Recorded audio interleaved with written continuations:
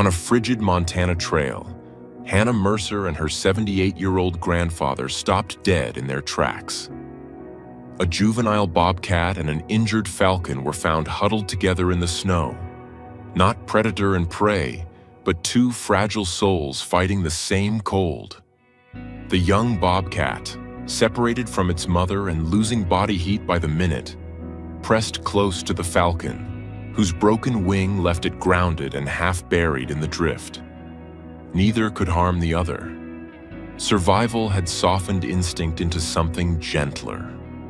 With a storm of hypothermia setting in and help over an hour away, Hannah and her grandfather have one chance to intervene. But how do you save two wild predators who are holding on to each other for dear life? Before we start, hit the like button and make sure to subscribe if you haven't, and hit that notification bell so that you won't miss any new stories. The first thing the winter did in northern Montana was steal sound. It swallowed the creek's chatter, muffled the wind in the pines, and turned every footstep into a careful crunch that felt too loud for the world. Even the sky looked quieter, a pale sheet pulled tight over the mountains like a fresh bandage. That morning, the temperature sat well below freezing, and the kind of cold that made people blink slowly had settled into the valleys. It was the sort of cold that punished mistakes, especially the small ones like getting wet, getting lost, or getting tired. Out there, animals didn't wait it out the way humans did. They burned fuel or they froze, and sometimes there wasn't a third option. Hannah Mercer knew that kind of cold because she'd grown up with it. She was 26, blonde hair usually tucked under a knit cap, cheeks always pink in winter no matter what lotion she tried. She lived in a small town not far from Kalispell, worked weekdays as a physical therapy assistant, and spent her Saturdays walking trails with her grandfather. It was their routine, their little treaty with time. One long walk, one thermos of coffee, and one conversation that somehow always circled back to family. Her grandfather, Everett Ev Mercer, was 78 and stubborn in a gentle way. He carried himself like a man who'd once lifted heavy things for a living and still didn't see why he should stop. He'd worked decades with the Forest Service and even retired. He spoke about weather and animals like they were co-workers. He loved the woods, but not in a dreamy way. He loved them the way a mechanic loves a good engine, admiring, practical, and respectful of what could go wrong. That morning, Ev wore his old green parka, the one with the patched elbow and the zipper that sometimes argued. Hannah teased him about it every winter, and every winter he refused to replace it. "Still works," he always said, as if function was the only thing worth considering. He held a walking stick in one hand, more for balance on ice than for show, and he kept his eyes moving the way he always had. They parked at the trailhead just after sunrise, when the world still looked blue. The trail was a gentle loop through mixed forest, popular in summer and mostly empty in winter except for people like them. Snow lay in smooth folds over the ground, interrupted by animal tracks and the occasional fallen branch. A raven called once from somewhere unseen, and then went quiet again. For the first mile, everything felt ordinary. They talked about Hannah's work, about Ev's knees, about whether the town council would ever fix the potholes on Main Street. The conversation wandered, as it always did, and Hannah listened the way she'd learned to listen after her grandmother passed. Ev sometimes repeated stories, sometimes changed details, sometimes forgot a name and laughed at himself. Hannah didn't correct him unless it mattered. Some things were more important than precision. Then Ev stopped so abruptly Hannah almost walked into him. He lifted his stick and pointed at a shallow drift beside the trail, where the snow looked disturbed. Not trampled exactly, but softened, as if something had pressed into it and melted the top layer with body heat. Hannah followed his gaze and saw two dark shapes that didn't fit the landscape. At first, Her brain tried to make them into something safe. 2 rocks, a log, a dropped hat, and a glove. Then one of the shapes moved, and the movement was wrong for anything human-made. It was a slow, weak shift, like a creature deciding whether it had enough energy to keep living. Ev held up a hand, the universal signal for, "Don't rush." His voice dropped low, as if the cold itself might break if spoken too sharply. "Careful," he said. "That's something alive." They stepped off the packed trail and approached from downwind because Ev still thought in those terms. Hannah's boots sank, and the snow squeaked under her weight, bright and dry like crushed styrofoam. As they came closer, the shapes resolved into an impossible pairing: a juvenile bobcat and a falcon. The bobcat kitten was not tiny like a house cat kitten, but it was young enough to still look unfinished. It had oversized paws, a soft spotted coat, and ears that hadn't fully committed to their tufts yet. Its eyes were half-lidded, and its body was pressed tight against the falcon as if the bird were a hot water bottle. The kitten's sides rose and fell too slowly, and its nose looked dry, the skin around it pale. The falcon lay on its side, one wing tucked wrong, feathers damp and clumped with snow crystals. Its chest moved fast, shallow breaths that suggested pain and panic both. One eye was open, dark and bright, but there was a dullness around it that spoke of exhaustion. A healthy falcon was all tension and readiness, a bundle of fierce geometry. This one looked like it had been folded and left behind.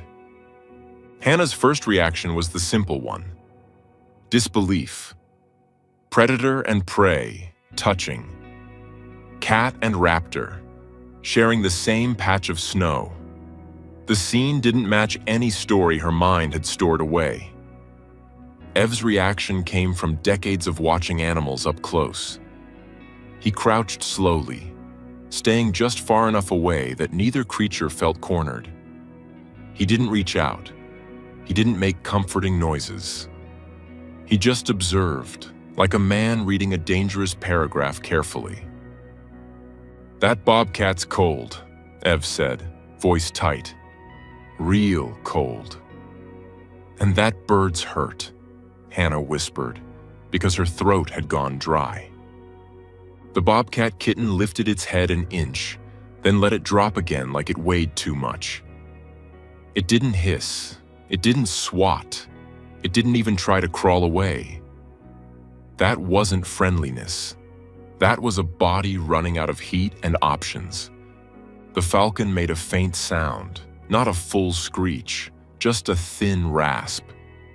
It tried to pull its broken wing in and failed, trembling as if even that effort hurt.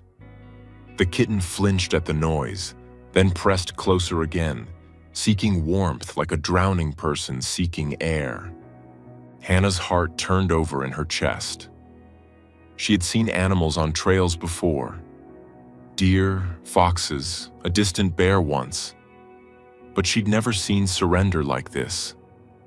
Not the surrender of giving up, but the surrender of accepting the only shelter available, even if it came from the wrong species.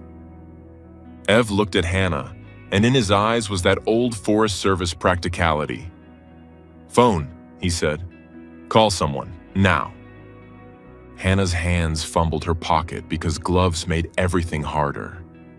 She pulled out her phone and tried for signal, breath coming faster. 1 bar.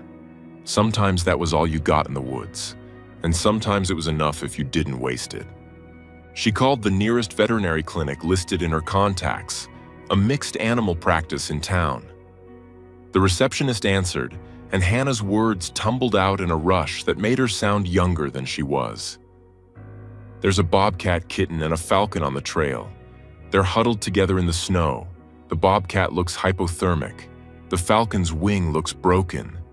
We're near the Cedar Ridge Loop. Can you—" The receptionist interrupted gently, but not unkindly. "Ma'am, stay calm. Are you in danger?" "No," Hannah said, though her pulse insisted otherwise. "But they're dying." The receptionist told her to call Montana Fish, Wildlife and Parks, because wild animals required proper handling and legal care. Hannah already knew that, but knowing didn't make the moment easier. She hung up and called the regional wildlife number she found online, praying the bar would hold. A dispatcher answered, and Hannah repeated the story, slower this time, trying to sound competent. Ev listened, eyes still on the animals, his body angled to block the wind a little without stepping too close. When Hannah described the falcon, Ev mouthed a question. "Peregrine?" Hannah shrugged, not sure. It could have been a prairie falcon, maybe even a gyre falcon if the world was feeling dramatic. But she didn't want to guess. The dispatcher asked the questions that mattered. Exact location, condition, behavior, whether the animals were bleeding, whether they were aggressive.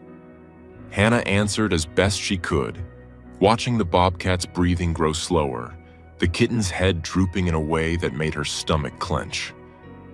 Finally, the dispatcher said, "We have a warden and a permitted rehabilitator in the area, but response time could be over an hour. If the bobcat is hypothermic, it may not last that long. Do you have any experience transporting wildlife?" Hannah looked at Ev, and Ev looked back, and in that look was a shared understanding. If they waited, the cold would make the decision for them. Ev spoke quietly, as if answering a question only Hannah could hear. "We can do a short transport," he said. "We can do it right." Hannah relayed that, and the dispatcher gave clear instructions. Protect yourself, minimize handling, use a sturdy box or carrier, keep the animals separated if possible, and go straight to the clinic that had agreed to receive them. The dispatcher also warned her about talons and teeth, about stress, about the risk of imprinting if handled too much. Hannah listened like her life depended on it, because in a way, 2 lives did.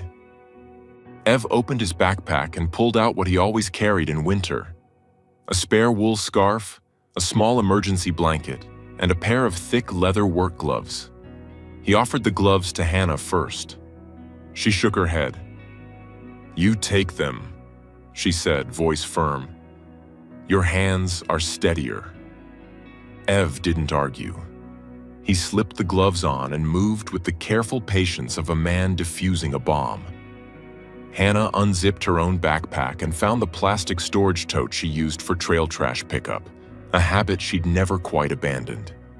It wasn't a proper wildlife carrier, but it had a lid, and it was better than bare arms.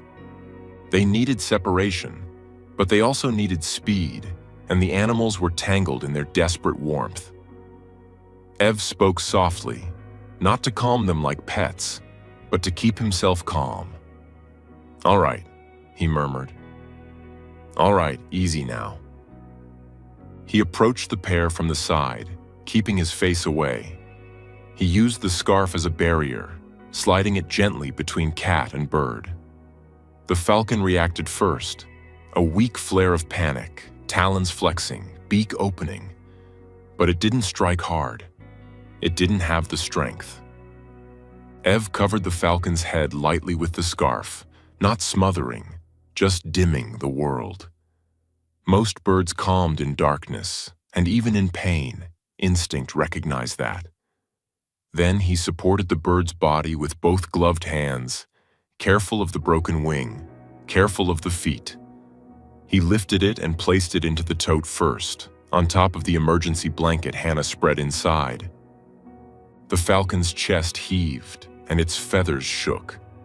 Hannah watched its eye blink once, slow and deliberate, as if the bird was choosing not to fight anymore. Now the bobcat kitten was exposed, and the cold rushed in like a cruel wave. The kitten tried to stand, failed, and sank back into the snow with a soft, miserable sound. It wasn't a meow. It was a wild kitten's thin complaint, almost too small to hear. Hannah felt her throat tighten. A juvenile bobcat should have been with its mother, tucked in a den, surrounded by siblings and warm fur. Something had gone wrong.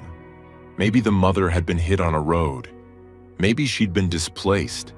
Maybe this kitten had wandered and couldn't find the way back. Whatever the reason, the result was the same. A young body running out of heat in open air. Ev used the second scarf, Hannah's, to scoop the kitten without grabbing it directly. He wrapped the fabric around the kitten like a burrito, leaving the face uncovered enough to breathe and watch. The kitten didn't fight much. It only trembled, a small engine sputtering. When Ev placed the kitten into the tote, the kitten immediately leaned toward the Falcon's covered shape. Even separated by blankets, it sought that shared warmth again, as if the bird had become a promise. Ev gently adjusted the blanket barrier between them, making sure talons couldn't reach fur, making sure teeth couldn't reach feathers. He lowered the lid with a small gap for air, then latched it. "Go," Ev said, and his voice cracked just slightly. Hannah hadn't heard his voice crack in years. They moved fast, but not reckless. Hannah held the tote against her body, using her coat as extra insulation, keeping it level so the Falcon's wing didn't jostle. Ev walked close, scanning the trail for footing, guiding her around icy patches. Neither of them said much. In emergencies, words were heavy and time was light. In the parking lot, Hannah placed the tote on the back seat, buckled it in like a child, and turned the heater on full blast. She kept the car warm but not stifling, remembering that rapid temperature changes could shock an already stressed animal. Ev sat in the passenger seat, his jaw tight, his eyes on the tote as if willpower alone could keep it alive. The drive to town felt longer than it was. Hannah stopped at every red light like it personally offended her. When she finally pulled into the clinic's lot, she didn't even fully park straight. She just stopped, grabbed the tote, and hurried inside with Ev at her side. The clinic staff moved with practiced urgency. A veterinarian named Dr. Priya Shah appeared from the back, hair pulled up, sleeves already rolled. She didn't waste time asking for the whole story in the lobby. She took one look at Hannah's face and the tote and said, "Bring them back." In the exam room, Dr. Shah's team worked like a choreographed storm. They weighed the Bobcat kitten, checked gum color, listened to heart and lungs, and took a rectal temperature that made Hannah wince in sympathy. The number was low enough that Dr. Shah's expression tightened. "Severe hypothermia," she said, voice calm but serious. "This kitten is on the edge." They started warming slowly, the right way. Warm air, warm blankets, warmed fluids under the skin, not a sudden blast of heat. They checked blood sugar because hypothermia and low glucose were a vicious pair. They gave oxygen support when the kitten's breathing stalled, and they kept stimulation minimal because stress could tip a fragile animal right over the line. In the next room, a technician and Dr. Shah examined the Falcon. They used a towel to restrain it, mindful of talons that still had the strength to injure even if the bird was exhausted. They palpated the wing carefully, and the Falcon hissed, a sharper sound now, pain making it briefly fierce again. X-rays confirmed a fracture, clean enough to fix, but serious enough to kill if left untreated in winter. "We'll stabilize the wing," Dr. Shah said, "but this bird needs a raptor rehabilitator and flight conditioning later." Hannah nodded, swallowing hard. She knew what that meant. Weeks of careful care, proper diet, quiet housing, minimal human interaction beyond necessity. A bobcat kitten needed the same kind of respect for wildness. Warmth and medical care? Yes, but not cuddles, not naming, not treating it like an orphaned pet. A wildlife officer arrived within the hour.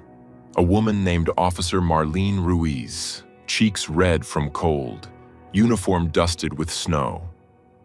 She asked questions, thanked Hannah and Ev, and then did something that made Hannah's shoulders drop in relief. She treated them like helpers, not troublemakers. "You did the right thing," Officer Ruiz said. "You also got lucky you didn't get hurt. Bobcat kittens can bite like staplers." Ev almost smiled at that, and Hannah laughed once, shaky and relieved. Officer Ruiz coordinated transfers. The Bobcat kitten would go to a licensed wildlife rehabilitation center that specialized in carnivores, and the Falcon would go to a raptor facility with proper flight cages. Dr. Shaw would handle stabilization and initial warming until transport was arranged. Hannah and Ev stayed in the waiting room longer than necessary, because leaving felt like abandoning a story before the ending. They drank lukewarm coffee from the clinic's machine and watched the exam room door like it might reveal a miracle. Hannah's hands shook when she finally took her gloves off. Ev's hands shook too, though he pretended they didn't. Late that afternoon, Dr. Shaw came out with an update. The bobcat kitten's temperature had risen into a safer range. Its blood sugar had stabilized. It was still weak, still dangerously small for the season, but it was fighting.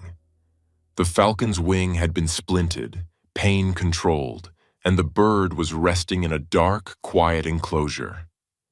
"They both have a real chance," Dr. Shaw said, and her voice softened. "Because you found them when you did." Hannah felt tears prick her eyes, and she blinked them back, embarrassed. Ev put a hand on her shoulder, heavy and warm. "Proud of you," he said, simple as that. In the weeks that followed, Hannah couldn't stop thinking about that patch of snow. She imagined the bobcat kitten wandering, calling for its mother in the only language it had, growing weaker with every hour. She imagined the falcon crashing, wings snapping, and the cold seeping in while it lay half-buried like a broken arrow. Two predators, both designed for speed and strength, reduced to shivering and stillness. And then, the part that kept returning like a song, the way they'd chosen each other's heat. Not as friendship the way humans like to label things, but as a shared refusal to die alone. It was rawer than a fairy tale, and in a strange way, it was more beautiful because it didn't pretend. Officer Ruiz called Hannah once with an update, because she'd promised she would if she could. The bobcat kitten had been named Unit 24B in the rehab records, not because anyone lacked imagination, but because names invited attachment. The kitten was housed with visual barriers, fed a species-appropriate diet, and handled only for medical necessity. The goal was always the same: keep it wild enough to survive. The falcon, identified as a prairie falcon, had been transferred to a raptor center where its wing would heal under careful supervision. Once the bone knit, the bird would rebuild flight muscles in a long enclosure that let it stretch, flap, then fly. A falcon didn't just heal. It had to relearn the physics of its own body. Ev listened to the updates quietly, then nodded once, as if marking tasks completed. But Hannah saw the way his eyes softened. He cared, even if he didn't say it loudly. The woods had taught him not to waste emotion, but it hadn't taken it away. By late winter, the day came when both animals were ready for release. Not the same exact location, because each species needed different habitat conditions, but coordinated on the same day for logistical reasons. Hannah was invited to observe from a distance, as long as she followed strict rules. No approaching, No talking loudly, no trying to see their faces, no turning a release into a reunion fantasy. Wild animals didn't need a ceremony. They needed a clean start. The release site was an open stretch of public land with forest edge and rocky outcroppings, chosen carefully by professionals. Snow still lay in patches, but the air had softened, and the sun held a hint of mercy. Hannah and Ev arrived with Officer Ruiz and 2 rehabbers, one from the carnivore facility, one from the Raptor Center. Everyone spoke in low voices, respectful as if standing in a church. The Bobcat Kitten, bigger now, sturdier, eyes bright, waited in a secure carrier. It was still a juvenile, still learning, but its coat looked thicker and its posture had changed. It no longer slumped like a creature asking permission to live. It held itself like a wild cat again, tense and ready. The prairie falcon waited in its own transport crate, quiet but alert. Its wing had healed well, the rehabber said, and its flight conditioning had gone smoothly. The bird had regained muscle, balance, and that sharp, wary attention that made falcons look like they were always calculating wind. The rehabbers reviewed plans one last time, then stepped back and signaled for silence. Officer Ruiz nodded toward Hannah and Ev, a gentle reminder. Watch, don't interfere. Hannah nodded back, hands clasped together so she wouldn't accidentally reach for anything. The carnivore rehabber opened the Bobcat carrier first, angling it toward the tree line. For a moment, nothing happened. The Bobcat Kitten stayed inside, body coiled, eyes scanning. Then it stepped out with careful pause, placing each foot like a question. It paused, head low, ears rotating, tasting the world with scent and instinct. Hannah's breath caught, because the kitten looked so right out there. Not cute, not needy. Right, like a missing piece snapped back into place. The kitten took a few steps forward and stopped again. Its head turned slightly, and Hannah realized it was looking toward the other crate, where the falcon waited. It wasn't a human kind of look. It didn't carry a sentimental speech, but it was a moment of recognition, as real as anything in nature could be. Then the raptor rehabber opened the falcon's crate. The falcon emerged fast, not stumbling, not hesitating. It hopped once onto the ground, wings half spread, testing balance like a dancer checking the floor. It faced into the wind, feathers smoothing, eyes bright and hard as polished stone. For a heartbeat, the falcon didn't fly. It simply stood, and it too angled its head toward the Bobcat Kitten at the forest edge. The 2 predators looked at each other across a few yards of winter grass and patchy snow. No threat display, no chase. Just stillness, the kind that made humans feel like they were witnessing something private. Ev leaned close to Hannah and whispered, "That's the closest thing to a handshake you'll ever see out here." Hannah almost laughed and almost cried, and instead did neither because she didn't want to break the spell. The Bobcat Kitten turned first. It slipped into the trees with a quick, silent grace, disappearing so cleanly it felt like magic. A few seconds later, the falcon launched. One strong push, wings catching air, body rising with a confidence that made Hannah's chest loosen. The bird climbed, circled once, and then arrowed away toward open country, its silhouette shrinking into the bright sky. And that was it. No dramatic reunion later, no animal turning back for one last look at the humans.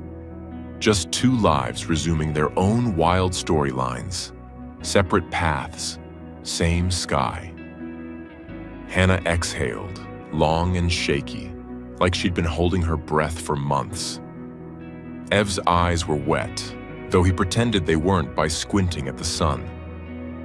Officer Ruiz said quietly, "This is why we do it." And nobody argued. On the drive home, Hannah watched the passing snowbanks and thought about the first moment on the trail. She thought about how the world liked to sort creatures into neat categories. Hunter and hunted, strong and weak, safe and dangerous. But winter didn't care about categories. Winter cared about heat. Two animals had understood that faster than any human could. A juvenile bobcat, too young to be arrogant, too cold to be proud. A falcon, too injured to be untouchable, too exhausted to waste energy on fear. They had used the only kindness the wilderness reliably allowed, sharing warmth without asking questions. When Hannah and Ev reached town, the sun was setting again, painting the clouds peach and gold. Ev sat in the passenger seat, quiet for a while, then said something that made Hannah glance over. "You know," he said, "people like to think nature is cruel." Hannah waited because Ev always took his time. "It can be," Ev continued. "But it's also honest. Those two didn't pretend. They just did what worked." He looked at Hannah then, his voice softer. "You did what worked too." Hannah swallowed, eyes stinging. She kept driving, hands steady on the wheel, and she nodded once. Outside, the mountains stood in their silent winter patience, and somewhere beyond them, a young bobcat was learning to hunt, and a falcon was learning to ride the wind again. They wouldn't remember Hannah's face. They wouldn't tell stories about Ev's green parka. They didn't know anyone gratitude the way humans imagined gratitude should look. But they were alive. And in the end, that was the only miracle worth asking for.